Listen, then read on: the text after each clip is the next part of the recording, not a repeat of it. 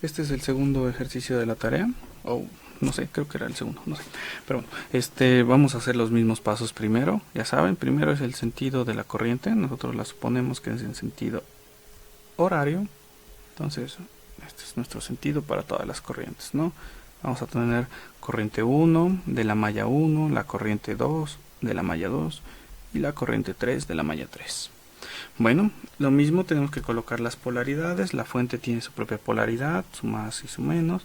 Y lo mismo para estas, ¿no? Más, menos, más, menos, más, menos. Recuerden que cada malla es hasta cierto punto independiente de las demás. Entonces, los elementos dentro de cada malla tienen su propia polaridad. ¿Sale? Por eso las resistencias estas que digamos se encuentran entre dos mallas, pues para una malla tiene una polaridad, para otra malla tiene otra polaridad, dependiendo del sentido de la corriente que nosotros hayamos colocado. Nosotros sabemos que generalmente las resistencias provocan una caída de voltaje, es por eso de su polaridad. Ahora, bueno, estos son los dos primeros pasos, polaridad y sentido de corriente. Lo importante aquí es comenzar a obtener las ecuaciones de malla, y eso se utiliza por medio de la ley de voltaje de Kirchhoff. Una vez más, recuerden que la ley de voltaje de Kirchhoff establece que todas las elevaciones y caídas de voltaje en un circuito cerrado es igual a cero. Cada malla es un circuito cerrado, entonces todo el voltaje, digamos, que entra es igual a todo el voltaje que es consumido, ¿no? Vamos a empezar para la malla 1. Para la malla 1 nosotros podemos ver que son los 240 volts positivos, y eso le vamos a restar la caída de voltaje de la resistencia 1 por la corriente 1, y también se le va a restar que es la resistencia 3 por la corriente 1 menos la corriente 2. Eso ya lo habíamos explicado porque para este caso la corriente 2, o bueno, la corriente 1 podemos ver que va para abajo, mientras que la corriente 2 va para arriba. Como estamos analizando la malla 1, nosotros suponemos que esa es la dirección correcta, entonces la otra o simplemente está en sentido contrario y pues está restando, ¿no? Y finalmente nos falta la última, que es proveniente de la resistencia 2 por la corriente 1, y todo esto es igual a 0. Bien, vamos ahora a obtener o a deducir la ecuación para la malla 2. Entonces aquí es lo mismo, ¿no? Primeramente nosotros tenemos menos R3. Lo mismo ahora tenemos la dirección de la corriente 2 y la corriente 1 está en sentido contrario, por lo tanto se resta menos R4, que solamente está siendo influenciada por la corriente 2, y menos R5, nuevamente está bajo la influencia de dos corrientes que son de sentidos diferentes, ¿no?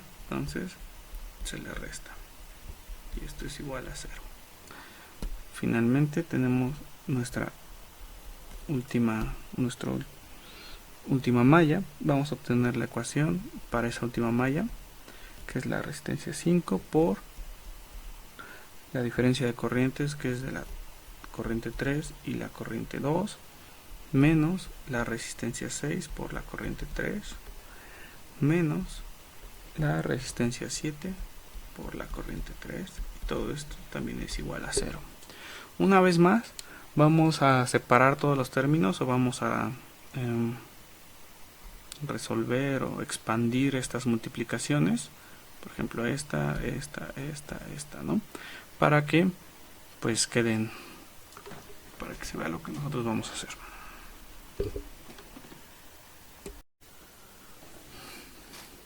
Como habíamos dicho, por estas ecuaciones nosotros nos encargamos de expandir estos elementos, estas multiplicaciones, porque a fin de cuentas nosotros debemos de establecer todo en términos de las incógnitas, que son las corrientes.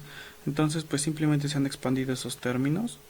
Una vez más, perdón, es este. Recuerden bien los signos, no se vayan a confundir a la hora de hacer los signos o de expandir esos términos, porque es importante que mantengan bien sus ecuaciones, que son estas, ¿no? Ahora sí, ya que están expandidos, quizás ya es más entendible poderlos juntar con respecto a los elementos que se tienen. Entonces, Ahora nosotros los vamos a agrupar con respecto de las corrientes. Todo lo que tiene I1 con I1, todo lo que tiene I2 con I2, lo que tiene la corriente 3 con la corriente 3. Y nuevamente vamos a colocar de un lado de la ecuación todo lo que contiene incógnitas y del otro lado de la ecuación todo lo que no contiene incógnitas. Vamos a empezar con eso. Entonces, con base en eso, para nuestra primera ecuación tenemos menos I1 y esta primera ecuación contiene términos en común a RU. Bueno, estos términos contienen en común, más bien dicho, a la corriente 1 y solamente son esos, más la corriente 2 por la resistencia 3. Todo esto es igual a menos 240 volts. Perfecto.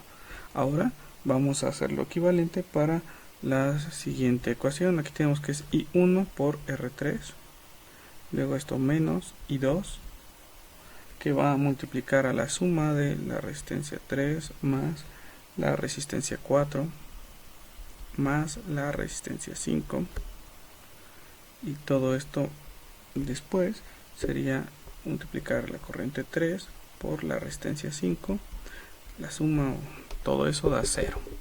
Para la última ecuación tenemos exactamente la misma situación. Tenemos que la corriente 2 se multiplicaría por R5 menos I3, que multiplica a la suma de R5 más R6 más R7, y todo esto es igual a 0. Perfecto. Ahora, ya que tenemos eso, no hay mucho más que hacer, más que poder sustituir. Todas las resistencias se conocen porque se encuentran en el circuito, entonces podemos sustituir su valor.